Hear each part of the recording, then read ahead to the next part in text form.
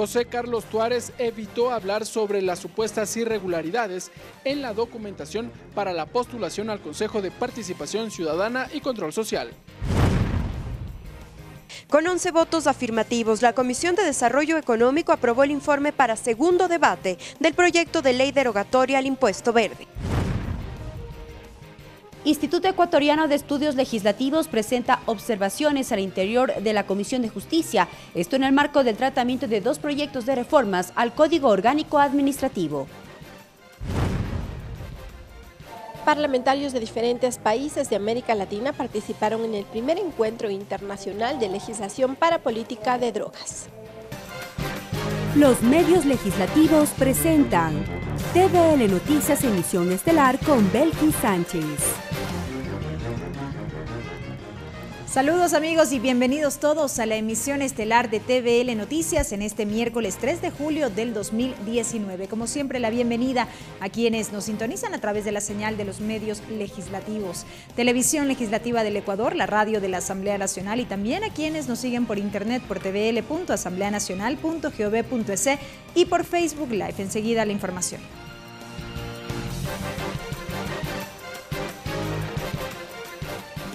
Iniciamos. El presidente del Consejo de Participación Ciudadana, José Carlos Tuárez, evitó hablar sobre las supuestas irregularidades en la documentación para su postulación al Consejo de Participación. Tuárez sostuvo que sus acciones previas a la posesión en el cargo o en el organismo de control no están sujetas a fiscalización. Tenemos las incidencias. Tal como lo había anunciado la víspera, el presidente del Consejo de Participación Ciudadana, José Carlos Tuárez, llegó a la Asamblea Nacional acompañado de sus simpatizantes, que en los exteriores del Legislativo expresaron consignas a su favor.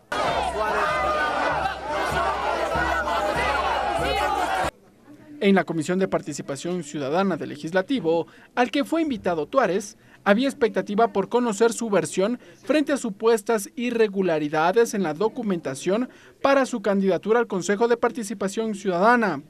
Pero cuando le concedieron la palabra, Tuárez dio lectura a un documento. Debo manifestar que no soy sujeto de fiscalización ni de juicio político por acciones anteriores a mi posesión. Señores asambleístas, recalco que ostento un nombramiento de elección popular en firme. A pesar de que el presidente de la comisión, Raúl Tello, intentó persuadirlo. En todo caso, usted es sujeto de fiscalización y control político por ser funcionario. José Carlos Tuárez abandonó la comisión y cuando se disponía a salir del recinto parlamentario, intentó explicar su decisión de evadir las preguntas que le formularían los legisladores. Es que yo no vine a una defensa, señorita. Yo no vine a una defensa. Esto no es un juicio, señor. No es un juicio. Yo tengo que ir a la autoridad competente si es que soy llamado por la Fiscalía a dar una defensa. No era una defensa, simplemente era presentarme. Ellos tienen que fiscalizarme en mis funciones, no antes de mis funciones. Previamente, la Comisión de Participación Ciudadana recibió a la presidenta del Consejo Nacional Electoral, Diana Atamaint, para que responda a los cuestionamientos sobre el último proceso electoral, así como a la calificación de requisitos para los postulantes al Consejo de Participación Ciudadana. Atamaint también deslindó responsabilidades. Y el señor Tuárez impugna nuestra resolución, es el que él mismo impugna, dice, yo, señores del Consejo Nacional Electoral, ustedes están siendo injustos conmigo, yo no tengo esa inhabilidad porque muestro aquí la denuncia y nos presento. Nosotros acogemos esa impugnación. Dijo que durante la etapa de impugnaciones no hubo una en contra de Tuárez. Y también ustedes recordarán, cuando vino a posesionarse aquí en la Asamblea, vino con el uniforme de sacerdote y así se presentó, así fue posesionado.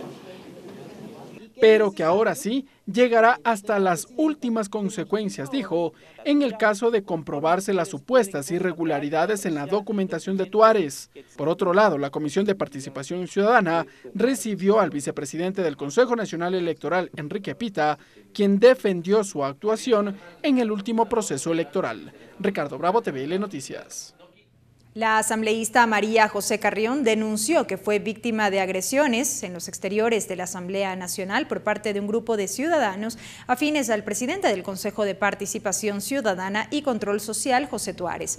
Carrión dijo que gracias a la intervención de la escolta legislativa su seguridad fue resguardada y la situación pudo ser controlada.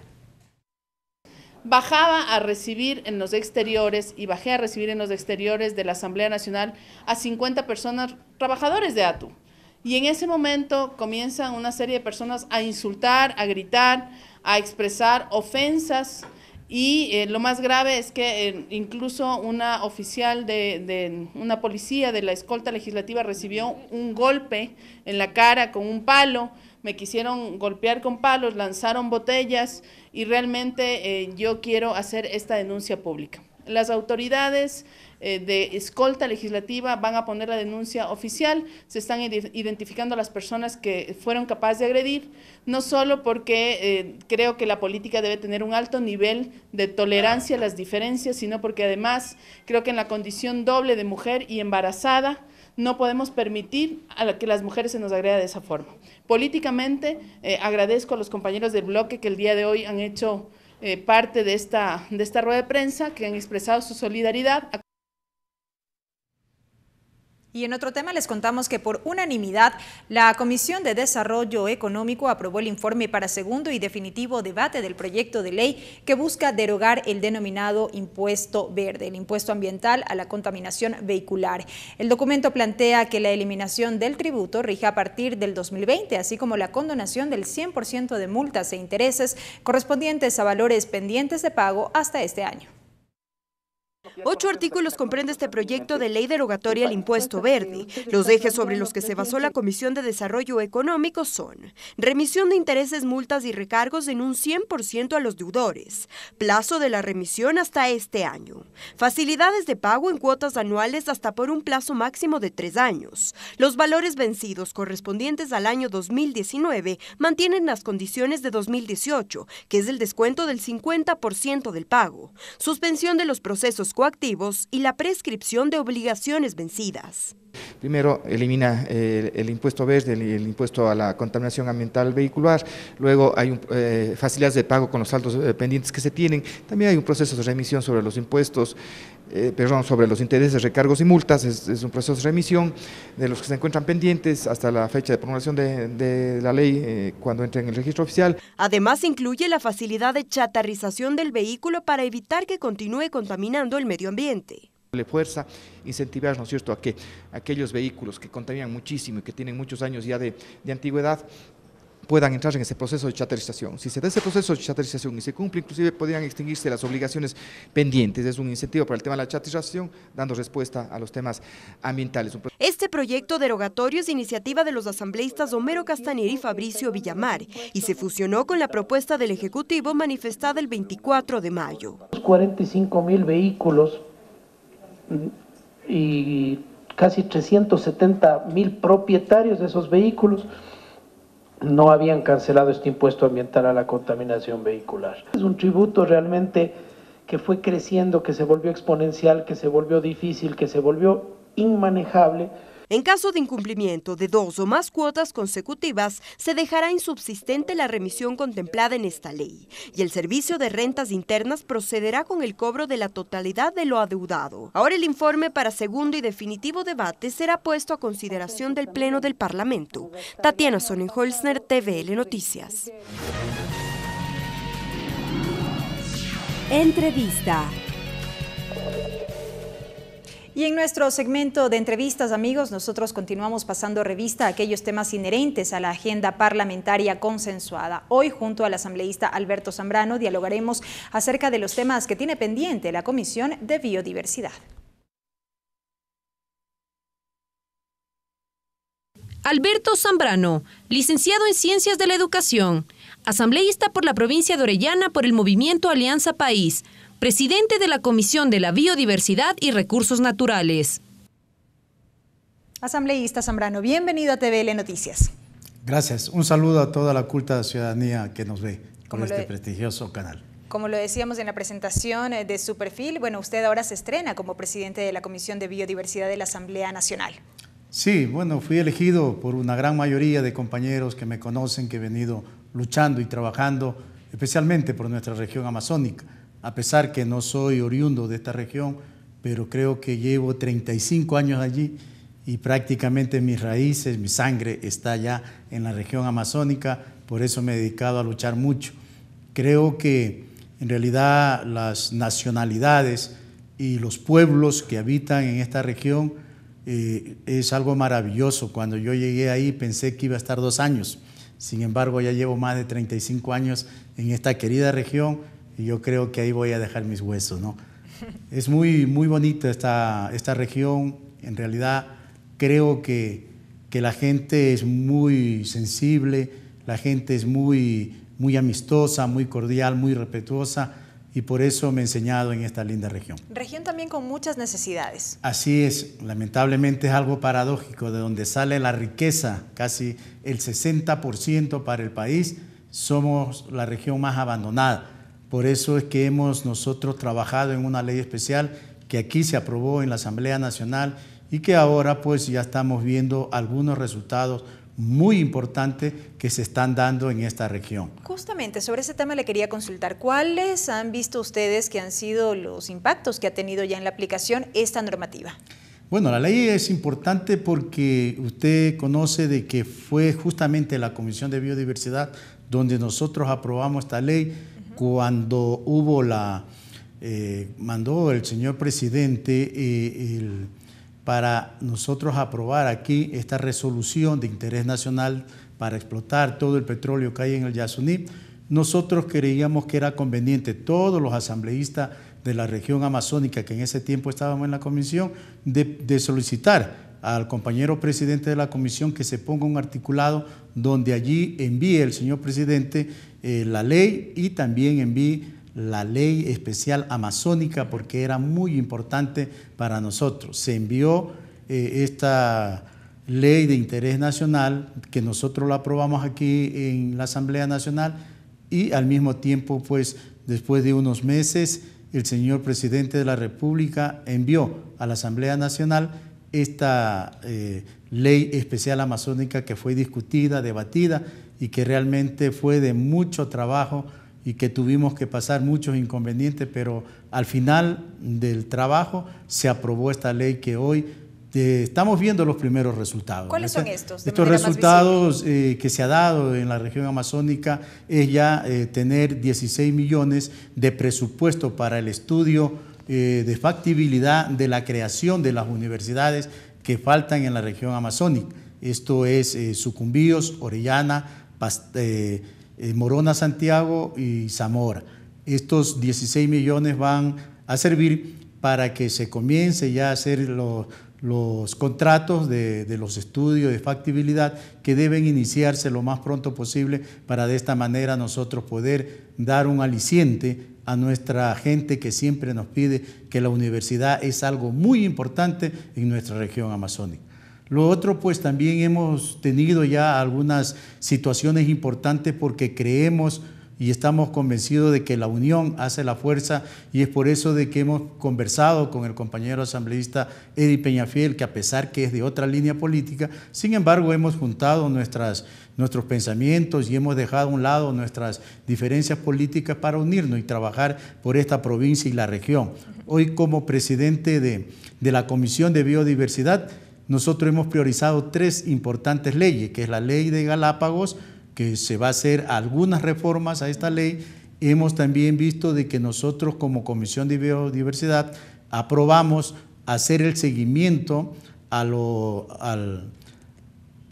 informes que manda el Ejecutivo por la situación de explotación del Yasuní, y también nosotros estamos vigilantes sobre la ley especial amazónica que hoy se está ya dando algunos frutos, y esto pues lo hemos presentado ya en la reunión que tuvimos con el compañero presidente de la Asamblea, donde nos pidió que prioricemos unos 3 o 4 leyes. Nosotros hemos priorizado 3 que son importantísimas y que luego pues vamos a seguir trabajando en lo que es la otra ley de la ley de aguas, que vamos a hacer también unas reformas, y que realmente esto nos está dando paso para que muchos dirigentes, especialmente de la parte de la Amazonía vengan acá a la comisión, y lo hemos recibido, y ellos han venido y han expuesto sus inquietudes, que nosotros la estamos tratando de consensuar con los demás compañeros asambleístas que son de las diferentes bancadas, pero que hemos hecho un compromiso de trabajar muy fuertemente en esta comisión, porque es una comisión que realmente abarca a todo el país, pero que nosotros tenemos fundamentalmente lo que es la fiscalización de la Ley Especial Amazónica, y también dar seguimiento a los informes del Ejecutivo que cada 6 meses tiene que enviar. Justamente el día de hoy que tuvimos sesión, nosotros habíamos analizado el informe número 10, donde ya hubieron algunas inquietudes de muchos compañeros asambleístas de que no estaban un poco conforme con este informe del Ejecutivo, porque se vienen a veces poniendo muchas cosas que ya se pusieron en los informes anteriores, y ellos piden de que sea un informe un poco más claro, más preciso, para nosotros poder ya dar el seguimiento y tratar de ir nuevamente a territorio a fiscalizar este informe que ya nos ha mandado el Ejecutivo. Sobre este tema particularmente que usted topa asambleísta, justamente la mesa ha resuelto, entre otros aspectos, esta tarde solicitar este detalle del convenio de compensación social para que se explique las razones por las cuales se procedió con la firma de este documento. Así es, algunos compañeros piden de que se dé una diferenciación en qué es lo que es las compañías petroleras que operan en este sector del Yasuní y en otros sectores de la Amazonía, ellos informen detalladamente qué es lo que es compensación y qué es lo que es lo que ellos llaman la indemnización. Entonces, en esto pues nosotros sabemos que vivimos allá por muchos años, que cuando alguna compañía indemniza a una familia es porque quizás ha hecho daño en su territorio, en su finca o en su parcela. Pero cuando es una compensación ya es para toda la comunidad. Esto significa de que la compensación para nosotros le vemos más importante, porque esto abarca ya a un territorio más grande. Ya no solamente es 1 o 2 familias, sino que ya es la comunidad entera. Y nosotros conocemos allá que las familias que componen las comunidades de nuestras nacionalidades realmente son numerosas. Es por eso de que el señor ministro, el 10 que está citado acá en la comisión, tienen que explicar a todos los compañeros que son integrantes de la comisión, además de estas inquietudes, hay otras inquietudes que ellos tienen que dar respuestas. Entre esas también este pedido para conocer sobre los montos que ingresan a las arcas fiscales por concepto de la explotación petrolera. ¿Hay falta de transparencia en este punto? ¿O qué es lo que buscan en detalle? Bueno, nosotros habíamos pedido en los informes anteriores que el Ministerio de Finanzas nos indique cuánto realmente está produciendo el Yasuní y cuánto ingresa a las arcas de los gobiernos locales y especialmente también a las nacionalidades, porque la resolución está de que estos recursos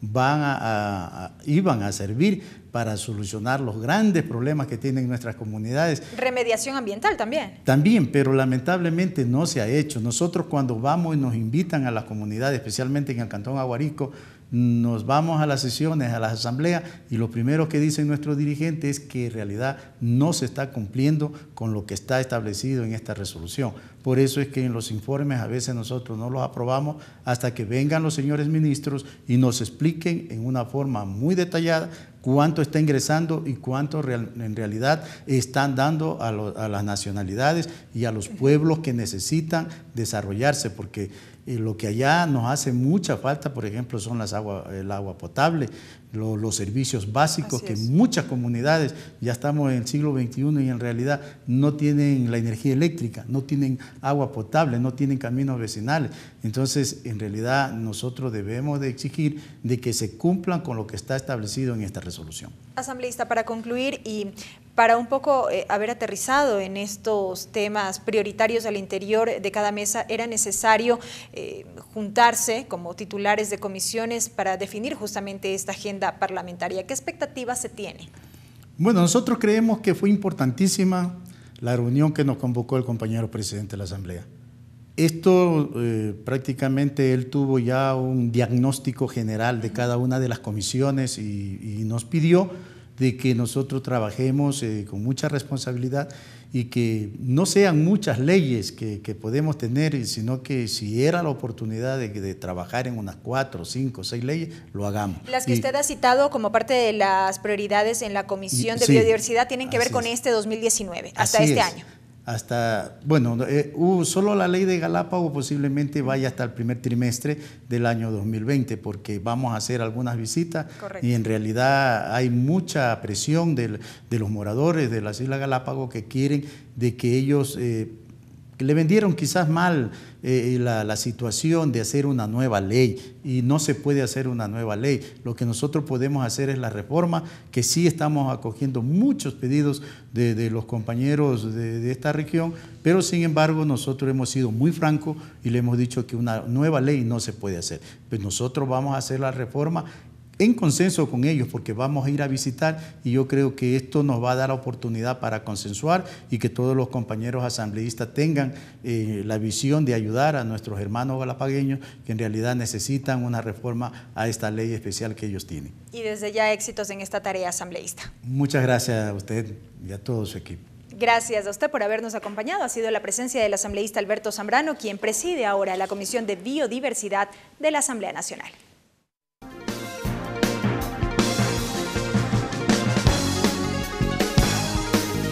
Hacia una agenda parlamentaria consensuada.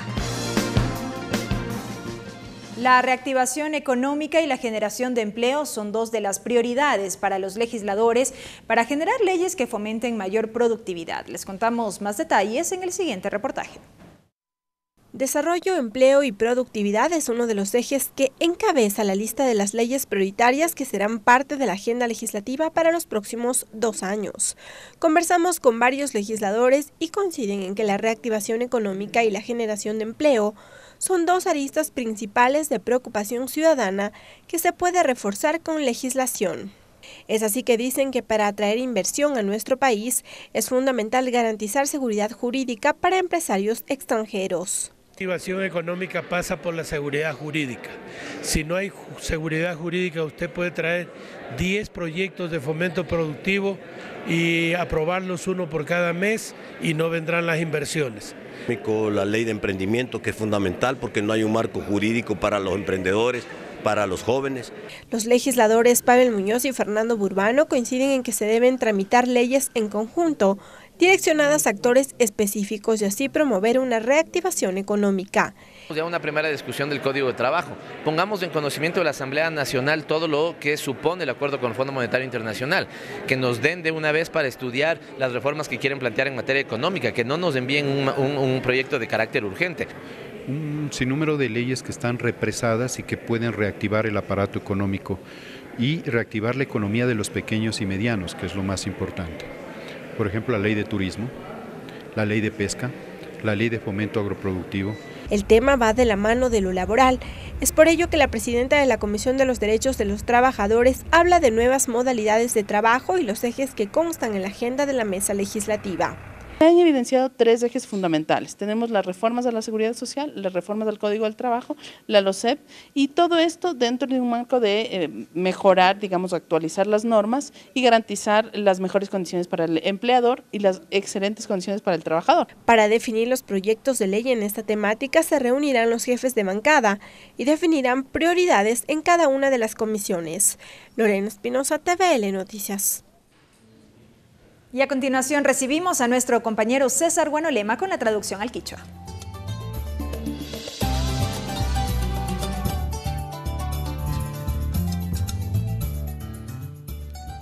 Minka chihuaychiga yukuna yukunchi ya mikashna kai chishi kikipa wasiman kicha shimi pi wijay kunawan chayamukunchi mashi bel kisanchi zayi chishi wijay kunawan kai pikayarinchi. Comparecencia CNE Tuares. Kai Consejo de Participación Ciudadana Hatun Tandanaco Itapusha José Carlos Tuares Runa Imami Kai Mama Yakta Tandanaco Yukuma Anchayamurka China Yati Kai Pimi Machina Yapaipa Kashna Kai Consejo de Participación Ciudadana Hatun Tandanaco Itapusha Napak Akjarishka Kashna Kilka Kuna Imami Mana Ayishina Rikurin Nishka Uchachishka Manta Kai Pitaripaitat Kutichinamon Misha Murkan Nirkashinapash Kashna kai hatun tandanaco yuko imapimi kai ichna kai wijay kuna imata sakishpa tigrashpa rirka. Eje económico laboral. Reactivación económica ninchi shinallati llanka ikuna wiñachina imatami kasnakaipika astawan llankashpa sinchiachishpa katina mutsurin nishpami kaikutin ima katauka ayukuna apukuna ima kasna rimanakushpa ñawpakman katikunkuna. Shinallati kasna llaqtapi llankaykuna shinallati ruraykuna sinchi yanatami mashkanakanchik tukuymanta nishpami kasna hatun rimanakuykuna imapi apukuna kachimbapurashpa yuyaypaktarishkakuna. Impuesto verde shinallati kay kutin imami kasna kay desarrollo económico mingarishka uku imapi astawan rimanakushpa katikunkuna kay kutin imaka kasna kay impuesto ambiental la contaminación vehicular, hatun kamachi imata ancho chinapa kilka kuna imata miñak tukuy apukuna kay kutin imaka ishkayniki rimanakuipi apukuna riksichun ña arinishka kuna. Shinallati kasna kay hatun kamachi mushuyachi imapika sukti kasna rikuykuna yuyaykuna imata michurakunchik ishkay waranga ishkichunga watakuna kama paktachun nishpami kaypika riksichirka kunapash. Hasta aquí la interpretación en el quichua.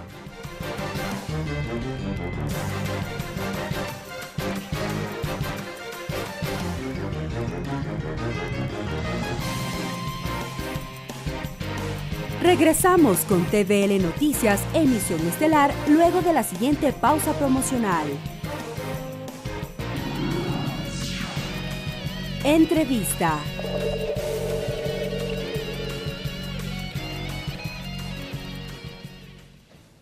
Avanzamos con más, amigos, gracias por acompañarnos. La semana última, una delegación de asambleístas ecuatorianas viajó a Tokio para participar en la cumbre anual del Foro Global de Mujeres Líderes en Política. En la cita estuvieron presentes 87 países y 422 participantes, quienes aportaron con iniciativas en la lucha por la igualdad de género. Sobre este tema vamos a dialogar en nuestra siguiente entrevista.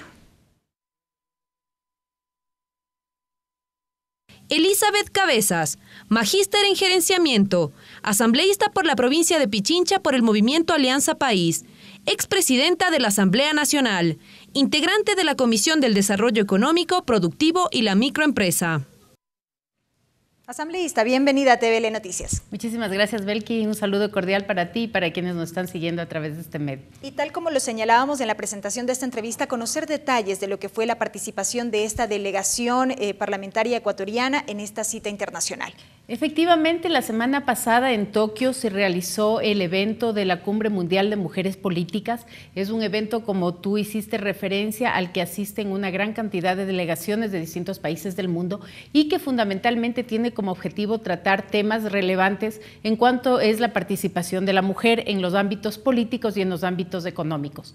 Esta es una delegación que viajó este año importante, multipartidista. Fue un representante de cada una de las bancadas y en años anteriores igualmente la Asamblea Nacional siempre ha tenido una delegación. Yo rescato la importancia de la participación del ámbito político de la mujer ecuatoriana en este evento, toda vez de que realmente esto nos permite primero hacer un análisis comparativo de los avances que en política pública hemos tenido en lo que es la participación de las mujeres. Y debo decirlo con bastante satisfacción, realmente el Ecuador ha dado pasos importantes en lo que es la inclusión de la mujer, tanto en el ámbito laboral, en el ámbito político, a través de las distintas leyes que ha ido emitiendo en los distintos años, cosa que no necesariamente sucede en otros países, como los países de Arabia, los países de África, en donde todavía la participación de la mujer es bastante limitada. ¿Pudieron conocer precisamente estas experiencias? Efectivamente, lo que se hace en estos foros, y esto qué bueno que haya esta oportunidad de comentarlo,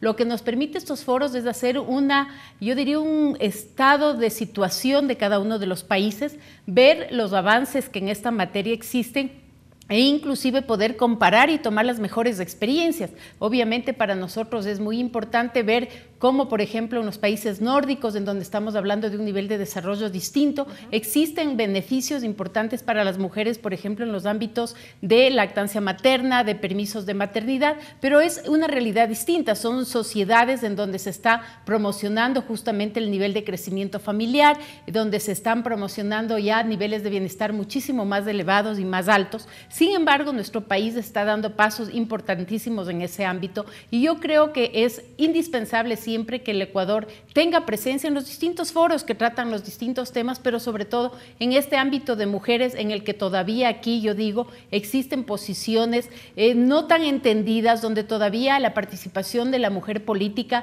tiene sus bemoles, tenemos problemas de acoso, de beligerancia en la participación. Entonces yo creo que esto nos da primero un fogueo internacional, pero sobre todo enfocar una realidad para políticas públicas a futuro. Decimos además que en esta cita internacional también uno de los objetivos tuvo que ver con sentar las bases para el G20 en desafíos mundiales como el desarrollo sostenible, la desigualdad, la pobreza y la justicia. Sí, justamente yo creo que esta cumbre tenía una importancia relevante versus los otros eventos, que esto se hace cada año en distintos países del mundo. El año pasado fue en Islandia, para el próximo año se prevé que sea en Nueva York, en los Estados Unidos, y este evento coincidía con la cumbre de G20 que se daba justamente en Osaka, en Japón también, el 28 y 29 de este mes.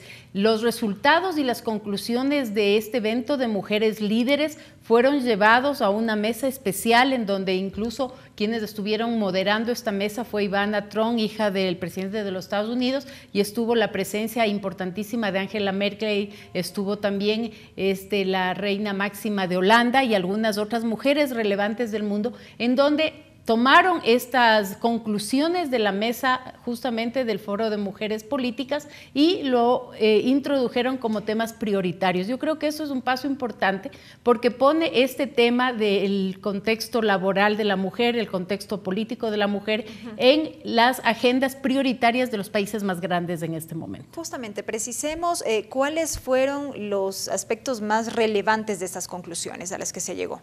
Fundamentalmente hubieron tres aspectos que se trataron. Uno era el tema de la equidad en los ámbitos laborales. Todavía los estudios estadísticos a nivel mundial revelan que los salarios que percibe una mujer ante una igualdad de tarea dada a un hombre son inferiores. Aquí lo que se ha buscado y se ha planteado es hacer un trabajo a nivel no solamente de los gobiernos, sino también de las empresas privadas, en donde se empiecen a dar esta equidad salarial entre hombres y mujeres ante una misma responsabilidad. Ese fue uno de los temas. El otro tema fue incluir la participación de la mujer en los ámbitos y en las contiendas políticas. En el caso ecuatoriano, como yo decía, ya nosotros tenemos una paridad de 50-50, eso nos da obviamente una ventaja en la participación. Pero que no necesariamente siempre se cumple. Así es, no necesariamente se cumple porque además mucho depende de la visión desde los mismos partidos. Así es. Porque además una cosa que nosotros comentábamos de la experiencia personal y del país en general, que usualmente siempre el cabeza de lista en cada una de las designaciones es hombre.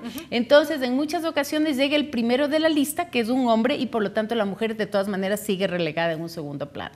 Ese fue otro tema importantísimo. Y el otro que fue un tema del reconocimiento del trabajo al interno de los hogares, este reconocimiento de la economía doméstica que se llama, que de alguna manera tiene que ser valorada también en condiciones de equidad, pero también en condiciones de entender que representa un esfuerzo y un sacrificio y un trabajo adicional que tiene que asumir la mujer después de sus jornadas laborales fuera del hogar. Entonces son varios aspectos que tal vez para muchos suenan innecesarios, que tal vez no le encuentran la utilidad, pero que yo rescato y creo que es fundamental mantener estas participaciones y entender que debemos estar en una lógica de debate a nivel mundial en estos temas y no quedarnos excluidos para siempre estar en vanguardia y pues entender por dónde se está manejando todas estas políticas públicas. Más que innecesarios, asambleísta, yo creería que muchos lo ven como que se queda meramente en el discurso. ¿Cómo aterrizar, por ejemplo,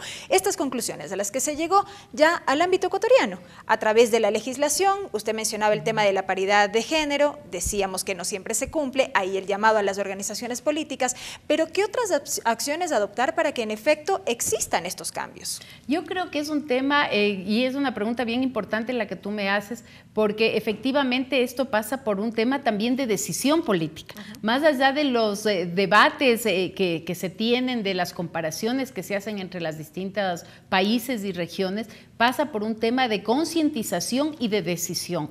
Y en eso son temas que no necesariamente son cuantificables y vistos en el corto plazo. Son temas en los que las luchas han ido tomando tiempo, pero se han ido dando resultados importantes. Entonces, justamente la idea es empoderar a las mujeres para que seamos nosotros de esas, yo diría, puntas de lanza en los territorios para que estos temas se respeten y estos temas se estén manejando. Hay muchos países en donde realmente la participación femenina es muy limitada y todavía se encuentran con una cantidad de, yo diría, deficiencias, y no solamente en el ámbito de no participar, sino incluso de limitaciones físicas en ciertos sitios que impiden que esa participación sea una participación adecuada. Y voy a dar un ejemplo. En uno de los países de Arabia donde recién empieza a ver la participación dentro de los Emiratos Árabes, que recién se empieza a dar la participación de las mujeres, comentaban en las exposiciones que hacían que inclusive en los edificios de los parlamentos no había baño para mujeres. ¿Por qué? Porque como usualmente eran solamente hombres, jamás ellos analizaban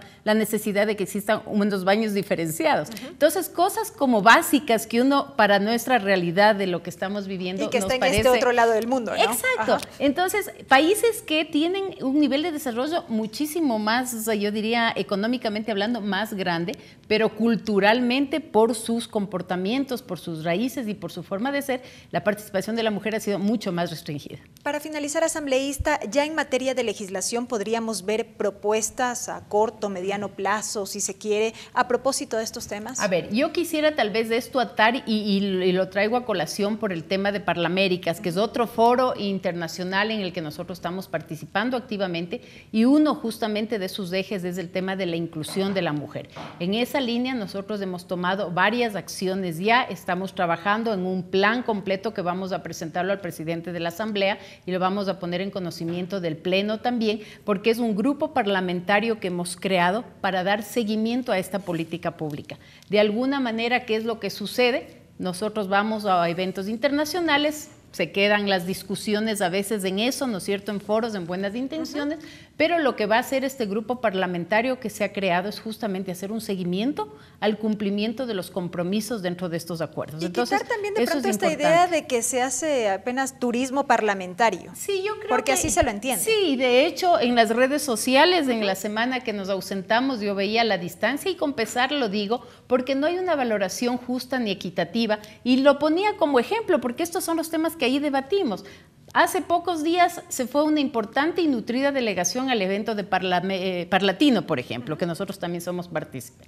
Nadie cuestionó eso. ¿Por qué? Porque iban hombres, iban mujeres. Pero cuando los eventos son solamente de mujeres, parecería ser que sí hay un acoso hasta mediático de juzgar, de criticar y de pensar que todavía nuestra participación posiblemente no genera contenidos y que es una participación netamente de paseo y de turismo, cosa que no es así. Entonces, yo en esa línea creo que inclusive ese tipo de manejo comunicacional denota con claridad este acoso mediático que todavía se quiere hacer sobre las mujeres, en donde todavía se cuestiona, bueno, ¿para qué se fueron?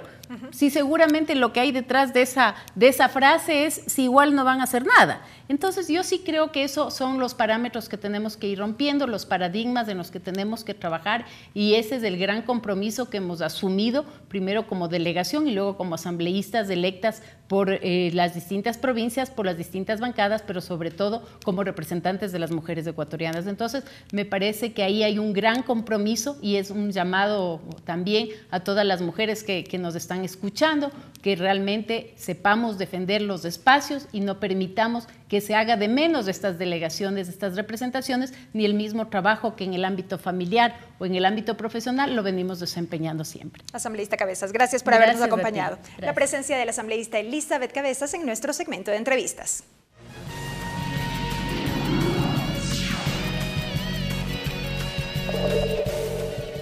Y en más noticias, ex trabajadores del grupo empresarial Artículos de Acero, ATU, acudieron a la Comisión de los Derechos de los Trabajadores para solicitar la mediación de esta mesa legislativa en su reclamo al Ministerio de Trabajo al no recibir sus salarios y bonificaciones, tras haber sido despedidos de forma intempestiva en enero pasado y luego de que esta corporación se declarara en quiebra.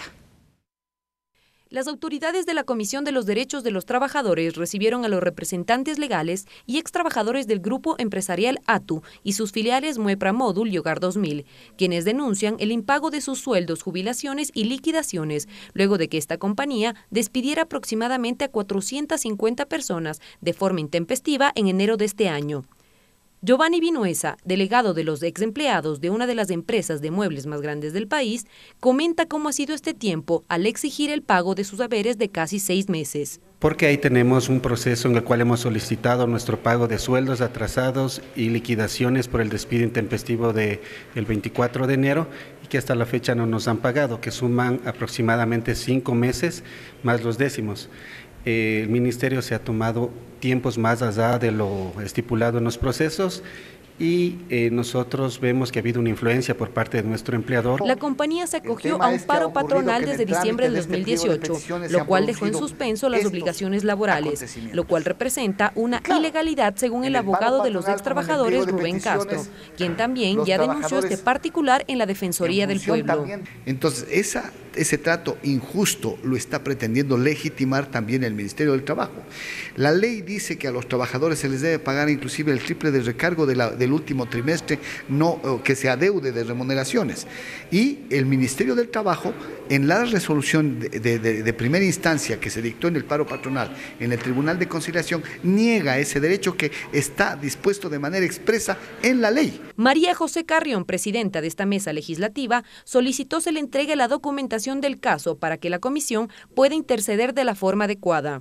Podamos tener una solicitud de información al Ministerio de Trabajo para saber la instancia en que están los miembros de este comité, cuáles son los criterios que se están tomando. Para hoy estuvo también convocado el ministro de Trabajo, Andrés Madero, pero el funcionario se excusó. La comisión no descarta llamarlo en los próximos días. Jennifer Carrera, TVL Noticias. La Comisión del Régimen Económico avanza en el trámite del proyecto de reformas al Código Monetario y Financiero. En este marco, la mesa recibió la tarde de este miércoles a la gerente general del Banco Central. Ricardo Bravo nos tiene los detalles. Así es, ¿qué tal? Buenas tardes. La Comisión del Régimen Económico recibió a Verónica Artola, la gerenta general del Banco Central del Ecuador. Aquí explicó que las reformas al Código Orgánico Monetario y Financiero servirán para fortalecer la dolarización, así como la caja fiscal. Una vez revisado las reformas que ustedes estaban proponiendo dentro del Código, considero que la gran mayoría de ellas sí se las está considerando, en el proyecto de reforma, como digo, del libro 1 del Código Orgánico Monetario Financiero. Más que entrar a revisar y hacer un parche en el código, creo que es indispensable que nos sentemos a revisar cuál es la propuesta que va a ser del Ejecutivo y si tal vez por ahí algo se nos está escapando dentro de las propuestas que se ha hecho dentro de esta comisión, sería mucho más sano y más transparente e incluso para generar un cuerpo legal mucho más digerible, poderlo unir las propuestas que estén ahí y que tal vez se nos están escapando dentro de la propuesta que estamos proponiendo.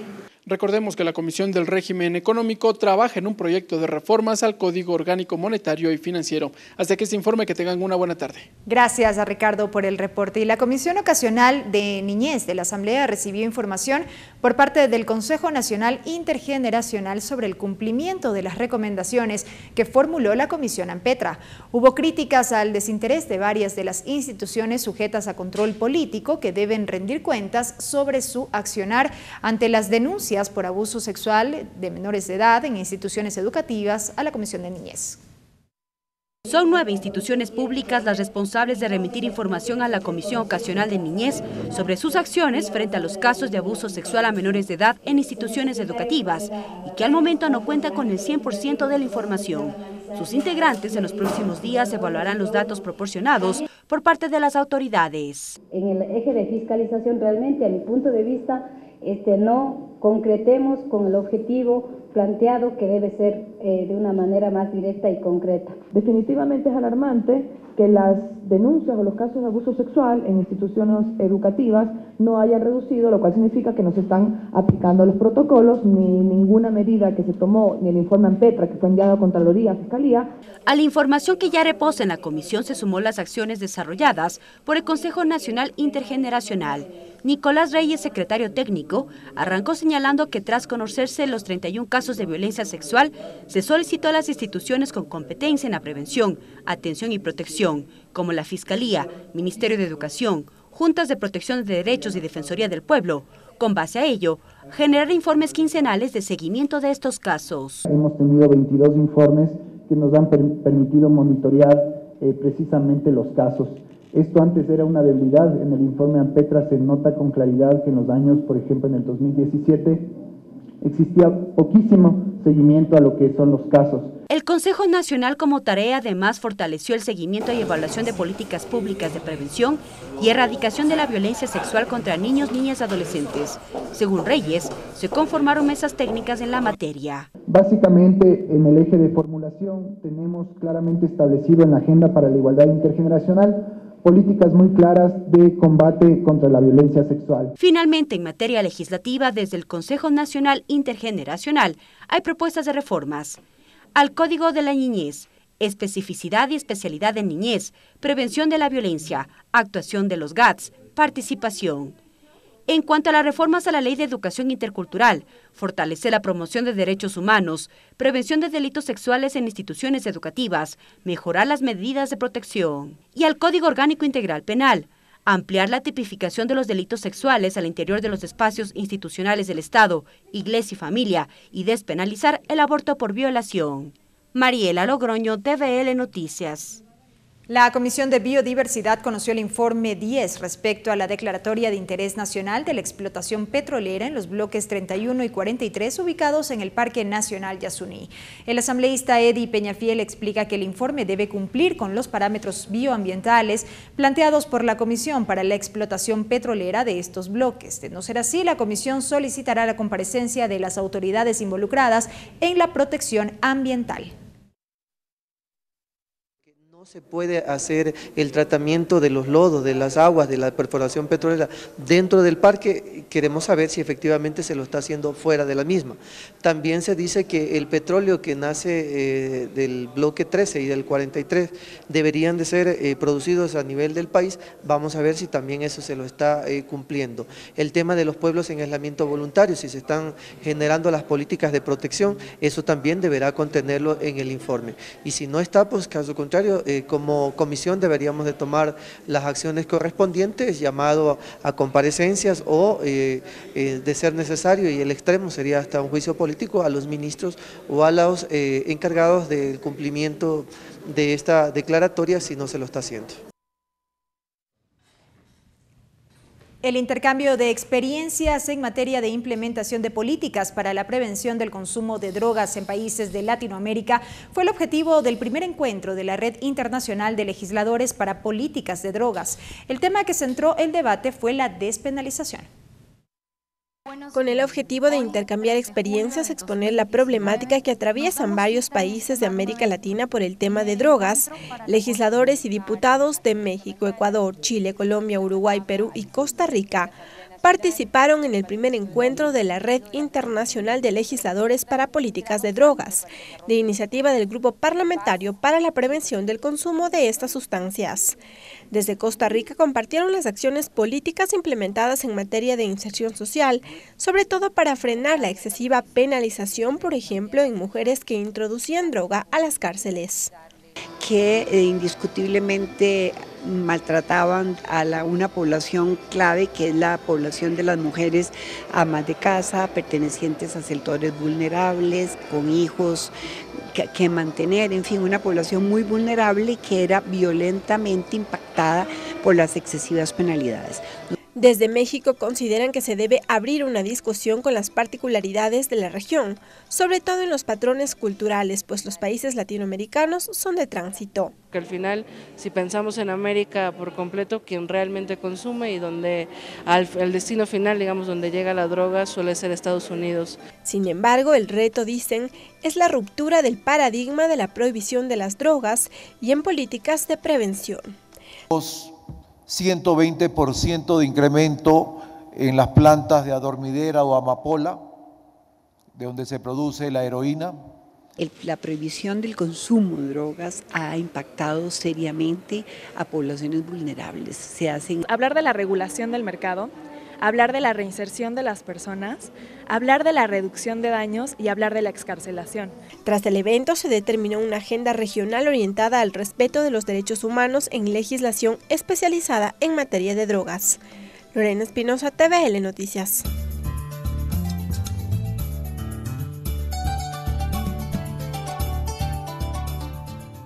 Hasta Huillaicunawan Yukunchi Kaichishi Kikipa Guasiman Chayamukunchi, Comisión Trabajadores, Kashnakay Mingarishka y Mamamika y Punja y Macakai, Artículos de Acero S.A. Atu, Kashnakay Yankana Wasipi, Yanka Gruna Kuna y Macaparinakushpa Chayamurka Kuna.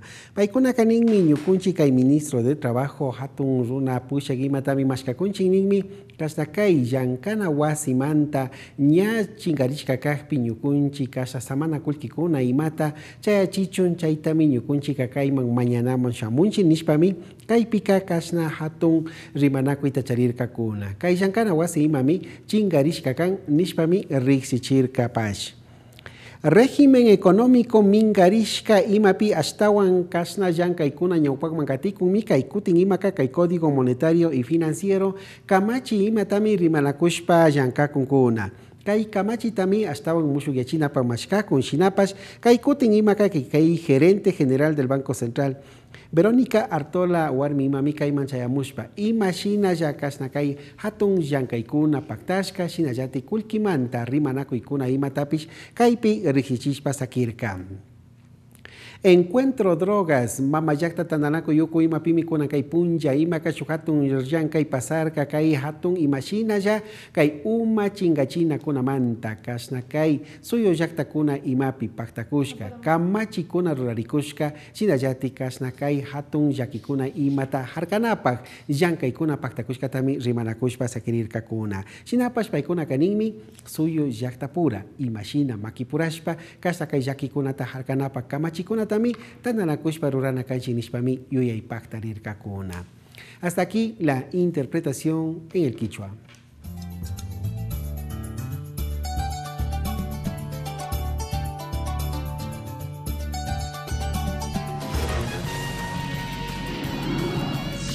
Agenda de actividades.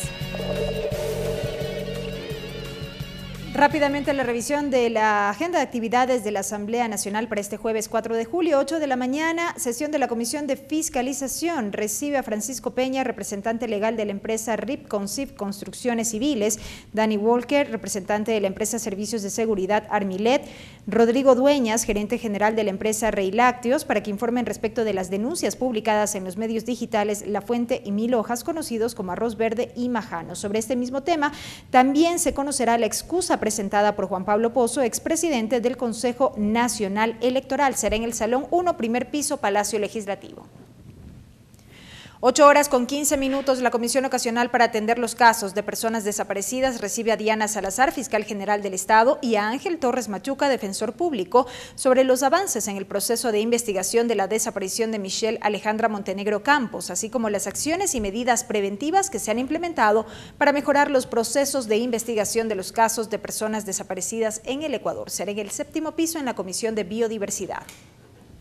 9:30, sesión 605 del Pleno de la Asamblea Nacional. Tendrá lugar el primer debate del proyecto de ley de registro nacional de violadores, abusadores y agresores sexuales de niñas, niños y adolescentes. También la discusión de una resolución de comparecencia respecto de la implementación de las directrices para la reorganización de la presencia institucional en territorio y la reestructura orgánica de la Administración Pública Central. Finalmente, el segundo debate del proyecto de ley orgánica de organizaciones de la sociedad civil.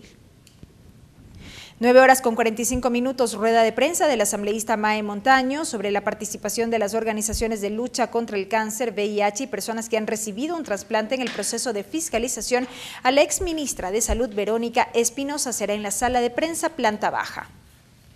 10 de la mañana, la Asamblea Nacional invita a la Casa Abierta por los 100 años del natalicio del pintor ecuatoriano Osvaldo Guayasamín. Será en el hall del Salón Nela Martínez, en la planta baja. 10:30, rueda de prensa del asambleísta Carlos Viteri sobre la inconstitucionalidad del Tratado de Ecuador con el Fondo Monetario Internacional. 11 de la mañana, rueda de prensa de la bancada de la Revolución Ciudadana en torno a la crisis penitenciaria. Será en la sala de prensa planta baja. Así finaliza la emisión estelar de TVL Noticias. Gracias por haber estado con nosotros. Una muy buena noche. Los medios legislativos presentaron TVL Noticias, emisión estelar.